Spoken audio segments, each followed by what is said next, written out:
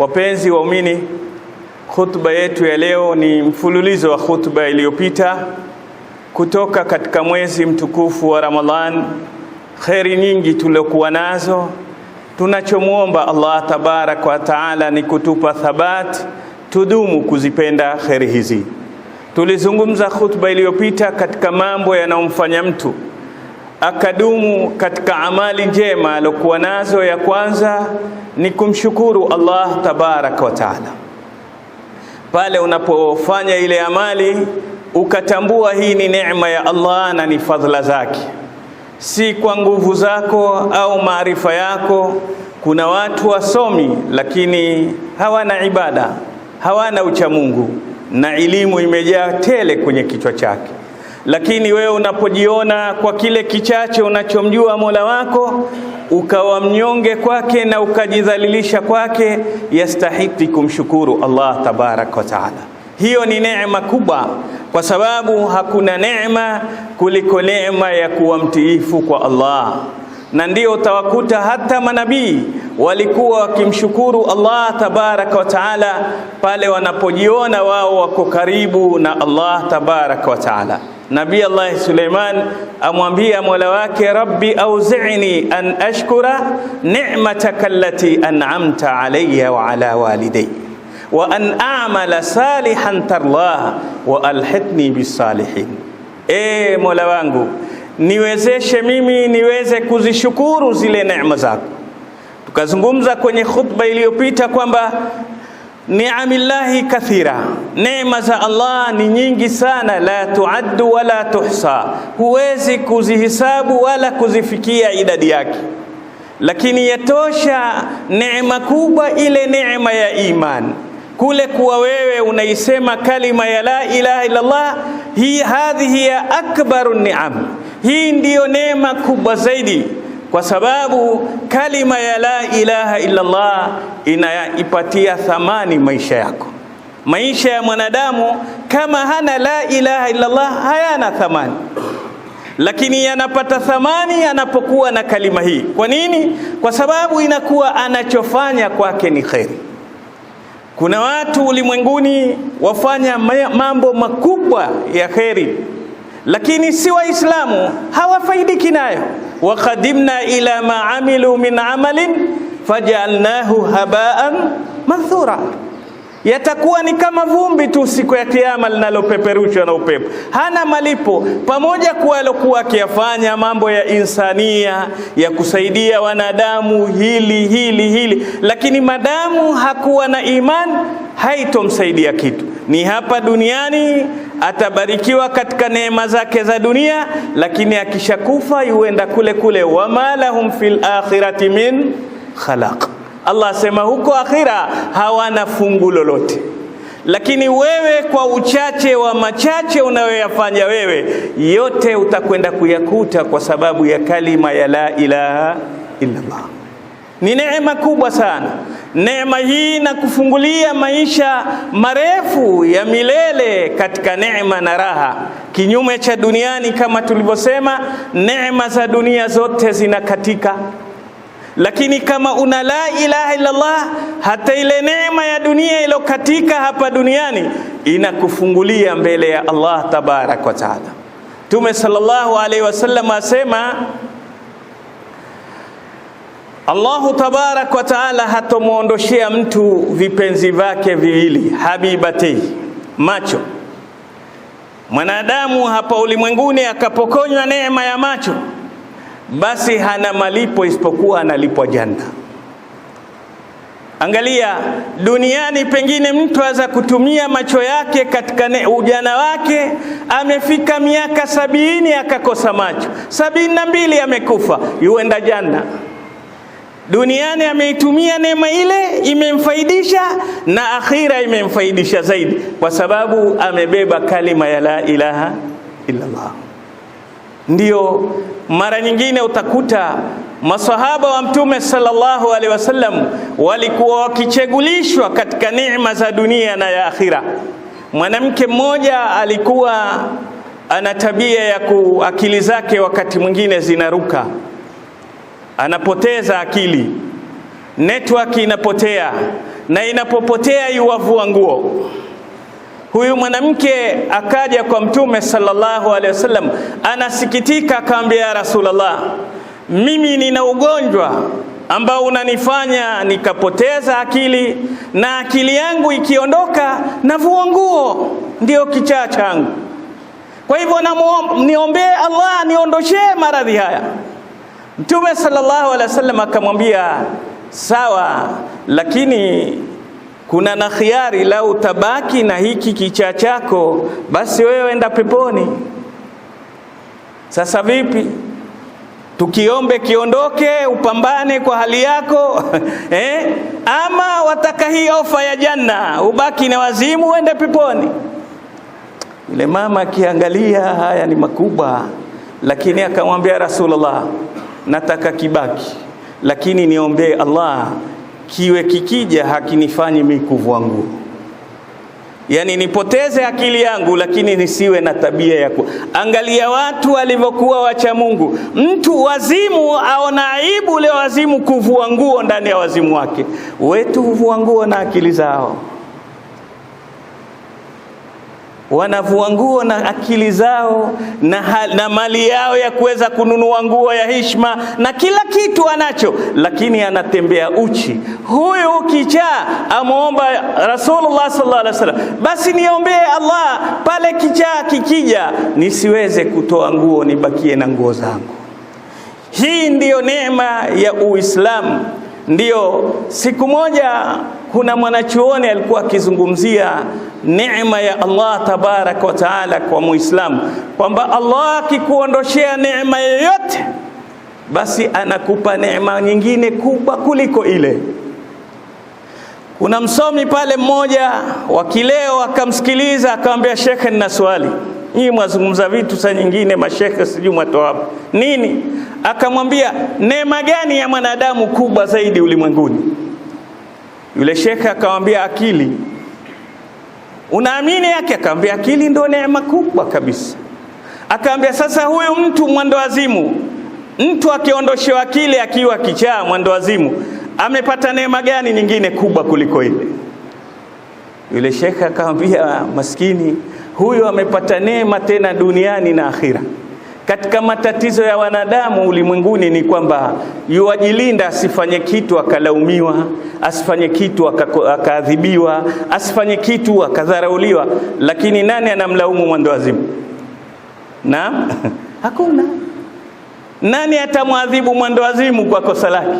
Hakuna. Akaambia, sasa duniani haulizwi, la yusal, na siku ya kiyama pia haulizwi, ila aljanna.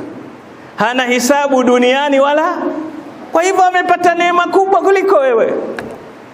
Hii ndiyo neema ya Uislamu, kwamba kule kulibeba neno hili la ilaha illa Allah, kwa lolote kwako ni faida, kwa chochote kinachokufika ni faida. Ukifikwa na msiba wasamehewa dhambi, ukiumwa unafutiwa dhambi.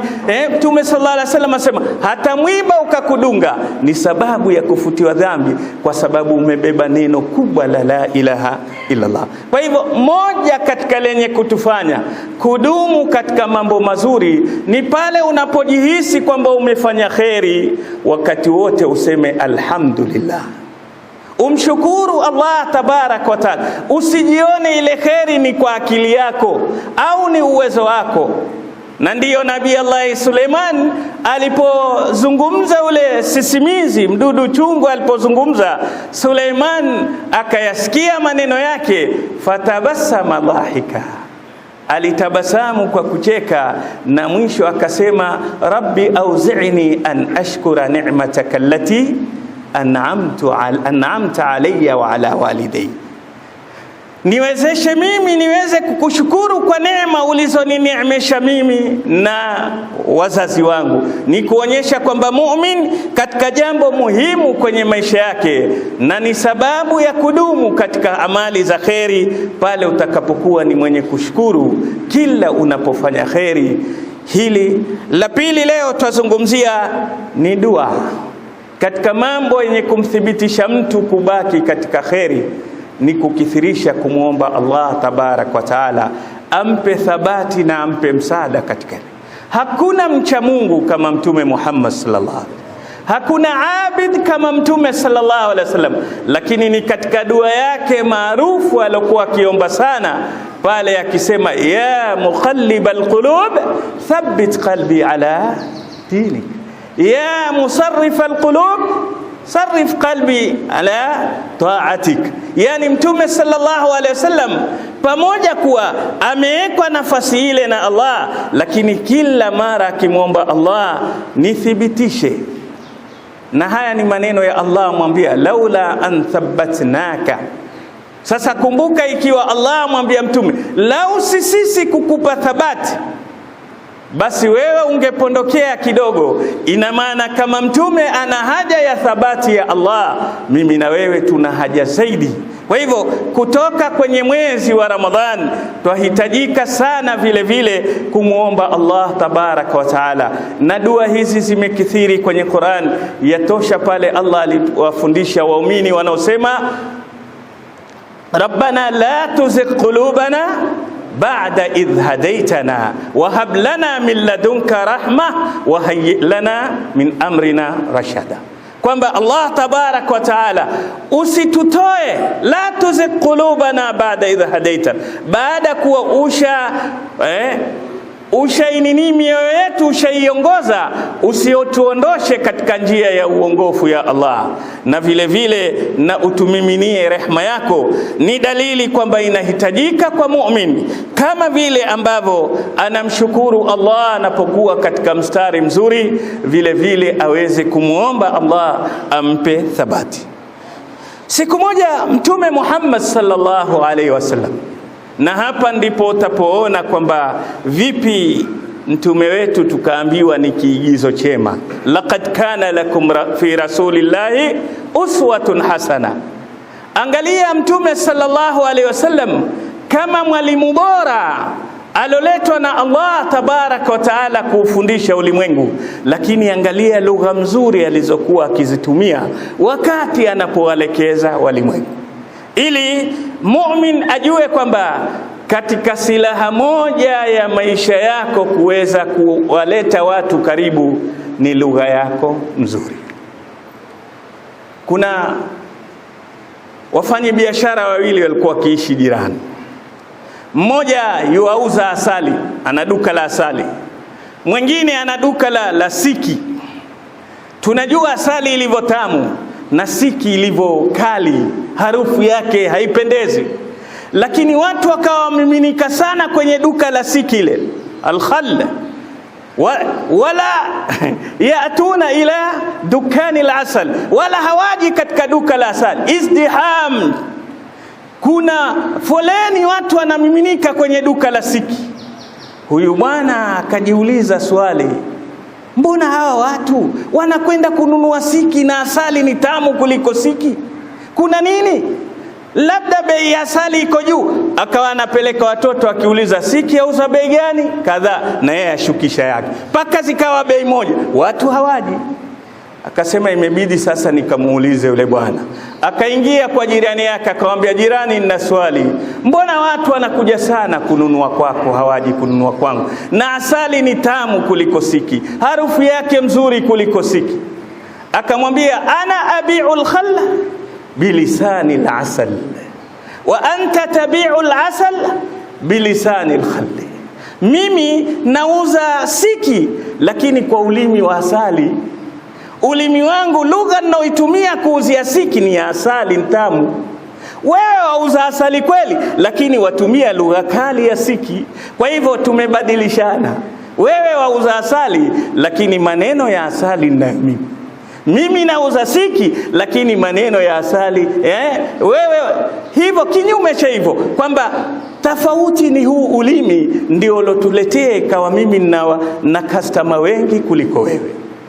Hii ndiyo siri ya kuwa na maneno mazuri. Mtume sallallahu alaihi wasallam ataka kumfundisha mtu kheri ambao thawabu atapata yeye, neema ataipata yeye, lakini angalia lugha aliyoitumia kwa sahaba wake huyu Muadh. Katika masahaba wa Mtume alikuwa na nickname ya hamamatul masjid, ni njiwa wa msikitini, kwa maana alikuwa apenda sana mazingira yake ni ya msikiti.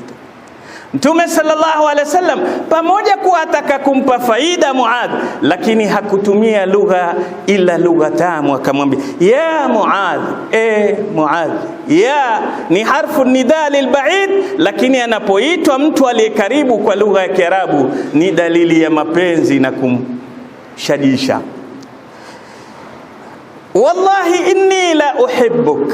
Allahu akbar. Mtume sallallahu alaihi wasallam amwambia Muadh, wallahi naapa kwa Allah, inni la uhibbuk, hakika mimi nakupenda sana.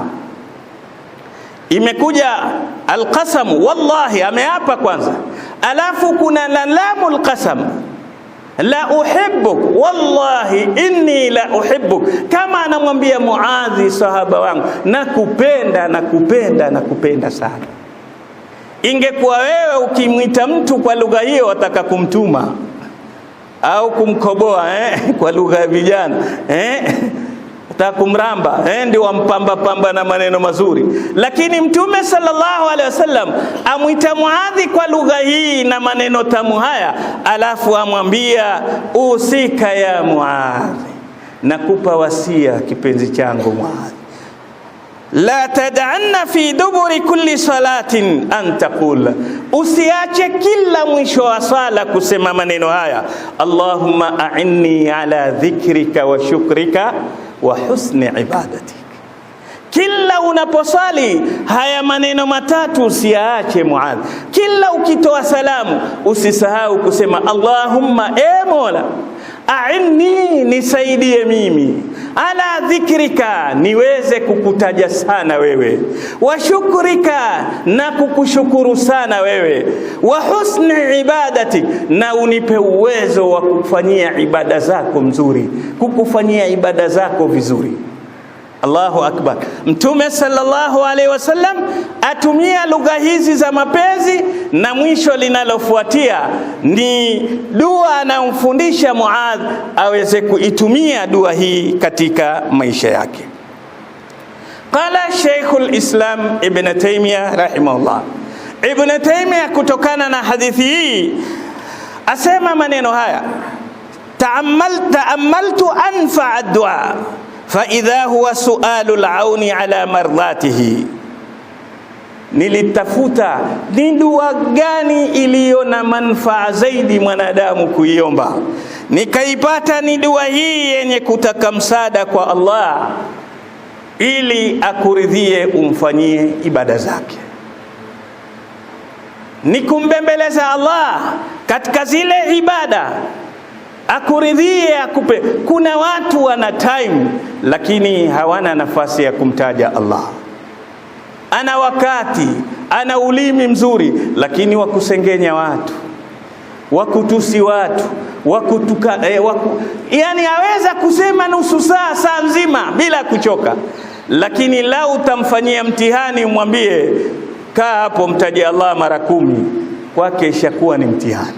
Akitoa salamu tu anaona kubaki kuleta zile tasbih 33, subhanallah, alhamdulillah 33, Allahu akbar 33, la ilaha illa Allah wahdahu la sharika la, anaona ni kama amebaki siku nzima imempotea, na atatoka hapo pale nje kwenye kuvaa viatu atakaa dakika 20 au 10 au 5 apiga story, lakini hizi adhkari madamu ni kumtaja Allah hana nafasi hiyo. Sasa ni taufiki ya Allah tabaraka wa taala. Na ndugu zangu Waislamu, hizi adhkari zina msaada mkubwa katika maisha yetu. Kama zilikuwa na msaada Mtume amwambia Muadhi wakati huo, kwetu ni zaidi. Jamani, mautul faj'a, vifo vya ghafla vilivyo vingi, kitu kimoja chenye kukutengezea ni hizi adhkari. Mtume sallallahu alaihi wasallam asema, mwenye kuleta dhikri kama hizi, subhanallah, alhamdulillah, Allahu akbar, mara 99, akaitimisha la ilaha illa Allah wahdahu la sharika la, lahul mulku wa lahul hamdu wa huwa ala kulli shay'in qadir, anafutiwa madhambi yake hata kama ni povu la bahari. Ina maana waweza kusali sala moja, ukitoka madhambi ya mwaka yamefutika. Lakini ni wangapi wana time hiyo? Mtume sallallahu alaihi wasallam asema, mwenye kusoma man qaraa ayatal kursi dubura kulli sala, kila anapotoa salamu akasoma ayatal kursi, Allahu la ilaha illa huwa alhayyul qayyum la ta'khudhuhu sinatun wala nawm, mpaka mwisho. Kwa kuisoma aya hii Mtume sallallahu alaihi wasallam asema hakuna kizuizi cha kumzuia kuingia peponi isipokuwa ni kuwa bado hajafa. Ina maana umeswali alafu ukasoma ayatul kursi ukapata la kukupata ukafia siku ile, basi wewe enda peponi moja kwa moja. Sasa je, ukisoma kila sala unasoma hii ayatul kursi, Mtume asema hakuna kizuizi cha kumzuia kuingia janna isipokuwa ni mauti hayajamjia. Lakini yakakujia mauti na wewe umeisoma hii ayatul kursi baada ya kila swala, basi uenda peponi. Lakini ni wangapi wanaoisoma naona atachelewa, itampotezea wakati wake. Ametoa salamu, bwana mwingine aniambia tuliloambiwa ni aqimu sala bwana, muhimu kuswali tu. Lakini huyu akienda kununua tomato achegua mzuri, hajitukulii muhimu tomato tu, hapana. Akinunua nyama achegua mzuri, lakini ibada zake hataki kuzifanya vizuri. Kwa hivyo Mtume sallallahu alaihi wasallam alipomfundisha Muadhi maneno haya, asema Ibn Taymiyyah rahimahullah, nikatafuta dua yenye manufaa zaidi, nikaiona hakuna zaidi hii ya kumtaka radhi Allah akupe msaada katika kumwabudu, kwa sababu ni taufiki ya Allah tabaraka wa taala. Ni wangapi ambao wanashindwa kuingia msikitini na hawana sababu? Hakuna deni ndani ya msikiti anaodaiwa mtu msikitini, lakini hawezi kuingia msikitini, ila utaona amekosa radhi za Allah tabaraka wa taala. Ndio kuna bwana mmoja alimjia Hasanul Basri akamwambia, mwasema mtu akimuasi Allah anapata Allah humuadhibu hapa duniani na akhira. Mbona mimi namuasi Allah, sitii amri zake na mambo yangu mazuri tu, sijapata hata kichwa hakiniumi? Hasanul Basri akamwambia, wakumbuka lini wewe umeingia msikitini? Asema pokufa marehemu babangu. Akamuuliza kheri nyingine, hakumbuki. Akamwambia, sasa wewe wataka adhabu gani zaidi hii ya kukosa radhi za Allah kukufanya kukuruhusu kuingia kwenye nyumba yake? Kama hili hulipati wewe, wataka adhabu gani zaidi ya hii? Ni adhabu gani zaidi kuliko wewe kunyimwa kuwa karibu na muumba wako na mlezi wako, uwe mbali naye? Wewe wafikiria kuna adhabu zaidi ya hiyo? Alafu asema Hasanul Basri rahimahullah, alafu nikakumbuka, Ibn Taymiyyah rahimahullah asema, alafu nikakumbuka baada ya hili nikaweza kukumbuka vile vile kwamba haya maneno ambayo Allah tabarak wa taala tunamuomba kupitia mafundisho ya Mtume Muhammad sallallahu alaihi wasallam, basi maneno haya tumefundishwa na Qur'an yenyewe na Allah mwenyewe pale alipotuambia katika suratul Fatiha, iyyaka na'budu wa iyyaka nasta'in. Kama kwamba Allah anakufundisha muabudu, na katika kumwabudu muombe Allah akupe msaada wa kumwabudu, kwa sababu wewe una maadui. Kuna adui wa kwanza, nafsi yako. Nafsi haipendi ibada, na kila mmoja alikubali hili. Jiangalie katika upuzi wa nafsi wote, waweza kuchukua muda gani? Mpenda mpira aweza kukaa dakika 90 hata 100 yasiende, macho yamemkodoka na anaona yuangalia peke yake, aangalia kwa nguvu kiasi kuona macho ya watu wote, angalia yeye mmoja. Manake ndio kukitokea waambia meiona hiyo, manake ameiona peke yake na watu wote waangalia. Nguvu hii yote alionayo kwa dakika 90, asimame imamu dakika 10 tu katika rakaa moja, akitoka sasa hatuko Maka bwana, msikiti huu bwana ashaukimbia huo msikiti, kwa sababu nafsi haipendi mazuri, nafsi haipendi ya kumridhisha Allah. Huyu ni adui ya kwanza, nafsi yako hataki uyafanye mazuri. Lakini pia kuna na shetani, ni msaidizi, na shetani angekuwa peke yake ingekuwa nafuu. Shetani ana na watumishi wake. Hela ni mtumishi wa shetani, wanadamu fulani ni watumishi wa shetani, ana vitu vingi anavitumia. Kwa hivyo una dharura kila mara kumwambia Allah, nipe msaada wako ya Allah niweze kukuabudu wewe Allahu tabaraka wa taala. Dua hii ikawa na mafundisho matatu. Allahumma a'inni ala dhikrik, ewe Mola nisaidie mimi, nipe msaada wako na nguvu yako niweze kukutaja wewe Allah tabaraka wa taala. Ikatangulizwa amali ya dhikri kwamba ndiyo amali ya kwanza tuitumie sana katika maisha yetu. Kwa nini? Kwa sababu amali ya dhikri ndiyo amali anayoipenda Allah tabaraka wa taala zaidi, na ndiyo amali inayokuweka na Allah karibu zaidi. Tukisema dhikri, Qur'ani ni dhikri, tasbihi ni dhikri, kusema subhanallah, alhamdulillah dhikri, la ilaha illa Allah ni dhikri, Allahu akbar ni dhikri, la hawla wala quwwata illa billah, Allahumma salli ala Muhammad, astaghfirullah. Zote hizi ni katika adhkar. Zipende hizi kwa sababu kwanza kwa mapenzi ya Allah akazifanya ni ibada zinaompendeza kwa ajili ya kukuhurumia wewe. Dhikri ndio ibada nyepesi kwako, hahitaji masharti ya kulekea kibla, hahitaji mpaka udhu, hahitaji chochote. Ulivyo unaweza kumtaja alladhina yadhkuruna Allaha qiyaman wa qu'udan wa ala junubihim, kwa hali yoyote ulivyo unamtaja Allahu tabarak wa taala.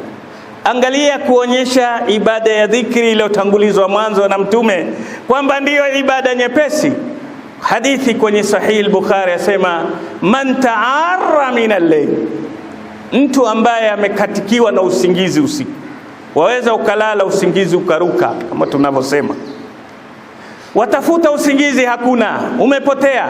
Sasa Mtume sallallahu alaihi wasallam asema, ikakujia hali hii usingizi ukakatika ghafla, basi pale pale ulipo bila kushuka pale kitandani, kwa hali ulivyo ukasema la ilaha illa Allah wahdahu la sharika la, lahul mulku wa lahul hamd wa huwa ala kulli shay'in qadir, subhanallah walhamdulillah wa la ilaha illa Allah wallahu akbar wa la hawla wa la quwwata illa billah. Ukasema dhikri thumma daa au istaghfara, alafu ukaomba chochote utakacho pale pale ulipo, au kaleta istighfar, asema Allah anakusamehe au anakupa kile unachoomba. Umekatiza usingizi kwa shida zako mwenyewe na mawazo yako mengi, lakini pale pale ukaleta adhkar, inakuwa ni sababu baada ya dhikri ile lile lilokufanya usingizi upotee, ukimwomba Allah na Allah yuwakujibu. Ni kuonyesha hakuna amali nyepesi inayompendeza Allah kuliko amali ya dhikri. Na ndiyo utakuta Allah akitaja amali amezitaja kwa hisabu yake,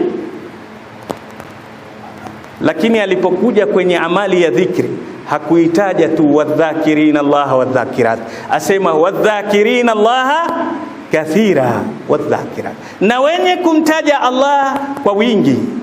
Ya ayyuhalladhina amanu dhkurullaha dhikran kathira, mtajeni Allah sana.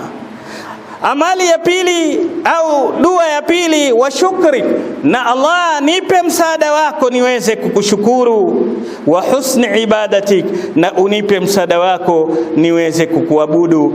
Hizi ndio dua tatu alizofundishwa Muadh kwa maneno mema, kuambiwa na kupenda sana. Nataka kila ukimaliza kusali ulete amali dua hiyo. Ni jambo la pili tumelieleza katika yenye kutubakisha kwenye msimamo wetu mzuri wa Ramadhan. La kwanza kumshukuru Allah, na la pili kumuomba Allah atusaidie na atupe nguvu ya kumwabudu yeye. Jambo la tatu ni kuwa na marafiki wazuri. Ishi na wapenda kuswali, utadumu kuswali. Ukiishi na wengine basi watakwambia ushaswali sana, Ramadhani ulikuwa ukikesha wewe. Kwa hivyo kuwa na marafiki wa kheri na wewe utabaki kwenye kheri. Jambo la nne, penda sana katika vitabu vyako vya kusoma uisome sira ya Mtume Muhammad sallallahu alaihi wasallam. Msome Mtume sana. Sisi twasoma vitu vingi. Leo watu huingia wakagoogle wakafanyaje lakini kwenye mambo ya dunia yaalamuna dhahiran min alhayati dunya wa hum fil akhirati ghafilun. Wakaingia kwenye dunia sana. Wallahi, msome sana Mtume sallallahu alaihi wasallam, kwa sababu sira ya Mtume ni kioo cha maisha yako. Yatosha. Bwana mmoja alimwambia mmoja katika salafu saleh, akamwambia, hebu tutajie jambo gani la peponi litatupa hamasa sisi tuipende pepo. Akamwambia, fiha Rasulullah. Katika mambo ya kuhamasisha uingie peponi, kumbuka peponi utakwenda kumkuta nani? Mtume Muhammad sallallahu alaihi wasallam. Kwa hivyo kuisoma sira ya Mtume ni kujiweka karibu na Mtume, na yeyote ambaye ni muumini wa kweli ni lazima ampende Mtume Muhammad sallallahu alaihi wasallam. Haya mambo manne yatakusaidia na kukontroli usitoke katika mstari wako sawa. Tumuomba Allah tukimwambia, Allahumma a'inna ala dhikrika wa shukrika wa husni ibadatik. Aqulu ma tasma'un wa astaghfirullah li wa lakum wa lisairil muslimin فاستغفروه إنه هو الغفور الرحيم وهو البر الكريم.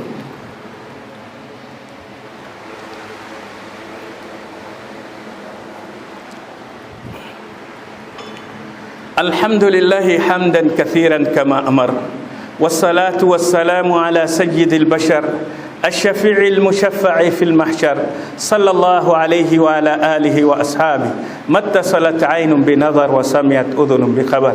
اتقوا الله عباد الله فإن الله مع المتقين. يا أيها الذين آمنوا اتقوا الله وكونوا مع الصادقين. وقال تعالى: ولم يزل قائلا عليما وآمرا حكيما وتشريفا لقدر المصطفى صلى الله عليه وسلم وتعظيما. إن الله وملائكته يصلون على النبي يا أيها الذين آمنوا صلوا عليه وسلموا تسليما. اللهم صل على محمد وعلى آل محمد كما صليت على إبراهيم وعلى آل إبراهيم إنك حميد مجيد. وبارك على محمد وعلى آل محمد كما باركت على إبراهيم وعلى آل إبراهيم إنك حميد مجيد. اللهم اغفر للمؤمنين والمؤمنات. اللهم اغفر للمؤمنين والمؤمنات. اللهم اغفر للمؤمنين والمؤمنات الأحياء منهم والأموات. ربنا اغفر لنا ولإخواننا الذين سبقونا بالإيمان ولا تجعل في قلوبنا غلا للذين آمنوا ربنا إنك رؤوف رحيم. ربنا اغفر لنا ولوالدينا ولإخواننا وأخواتنا المؤمنين الذين شهدوا لك بالوحدانية ولنبيك بالرسالة وماتوا على ذلك. اللهم اغفر لهم وارحمهم وعافهم واعف عنهم وأكرم نزلهم وأوسع مدخلهم وغسلهم بالماء والثلج والبرد ونقهم من الذنوب والخطايا كما ينقى الثوب الأبيض من الدنس. وارحمنا إذا صرنا إلى ما صاروا إليه بفضل سبحان ربك رب العزة عما يصفون وسلام على المرسلين والحمد لله رب العالمين.